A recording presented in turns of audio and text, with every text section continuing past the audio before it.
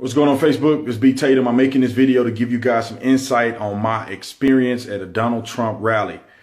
The reason that I wanted to go is because I don't want to believe what other people tell me, because sometimes through media, through other people, it can be very disingenuous, or you could be talking to or getting a perspective from somebody who is very, very uninformed. So I had an opportunity. Donald Trump came to Tucson, Arizona, where I live, and came and did a rally here. And I had an opportunity to go, so I went.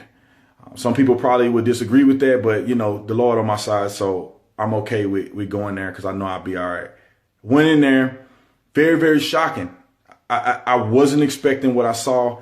I had no idea that I was going to leave that event with the thought process and experience that I obtained. I just had no idea. Starting from the beginning, went to the walking in the line, waiting to get in. Saw a couple of people peacefully protesting. They had signs up. You know, it actually gave me an opportunity to read the signs. I looked at them. I took pictures of them. I was able to see their point of view. When you get closer to the door, I couldn't take pictures. I couldn't do video because they were pushing us through, because people were verbally violent at the door, yelling, saying F Donald Trump. I mean, being outrageous. Very, very uncomfortable feeling. I mean, people were directly yelling at me as if I'm a criminal. And all I'm trying to do is just hear what the man have to say. I didn't wear anything supporting Donald Trump. I was very neutral with this black shirt and khakis on. When I got inside, you know, it was peaceful. Initially, the shocking thing is that everybody seemed to be peaceful.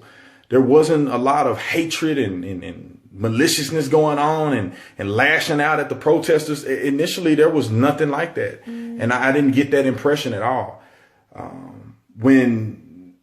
But the thing that stood out to me was these protesters. I mean, from the door, and then some of them snuck inside. And a funny thing that I don't know, the media don't cover this, but Donald Trump actually paid to rent that facility to make it a private event. Therefore, by law, he reserved the right to keep people out at his discretion.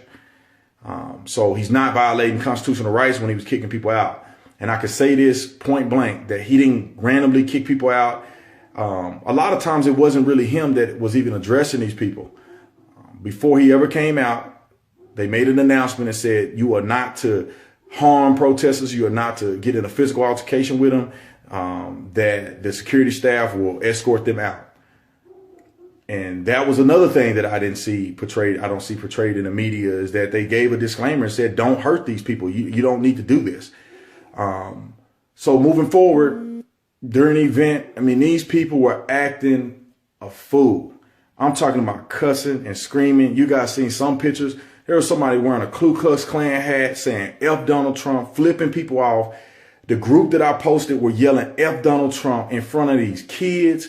You had families down there. I seen this one lady covering her daughter's ears, because these people are just outlandish and out of control. And I'm a police officer, and I have been through a lot of dramatic situations.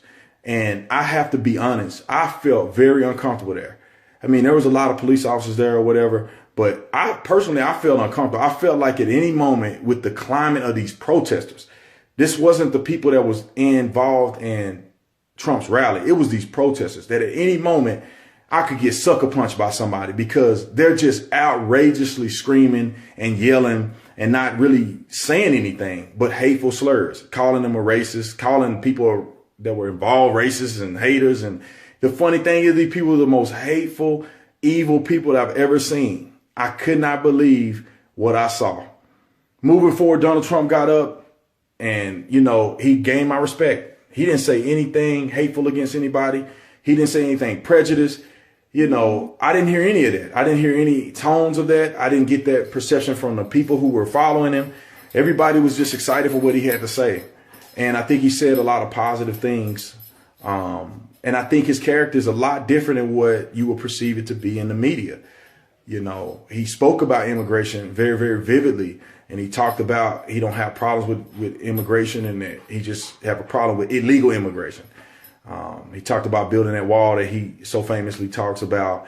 I didn't see anything negative. He didn't talk about Muslims and hating Muslim people and stuff like that. I mean, he addressed radical Islam, and he made his statement on that. He talked about very bluntly how people are ignorant and not doing the right job in leadership positions in this country, and what he would do to fix it. I was very impressed that he wasn't a crazy psychopath, like some would say, and I kind of was expecting him to be a little more radical than what he was presenting himself as. And I also expected people to be a lot more aggressive towards these protesters than what they were. I mean, I didn't see anybody. I saw two incidents that happened.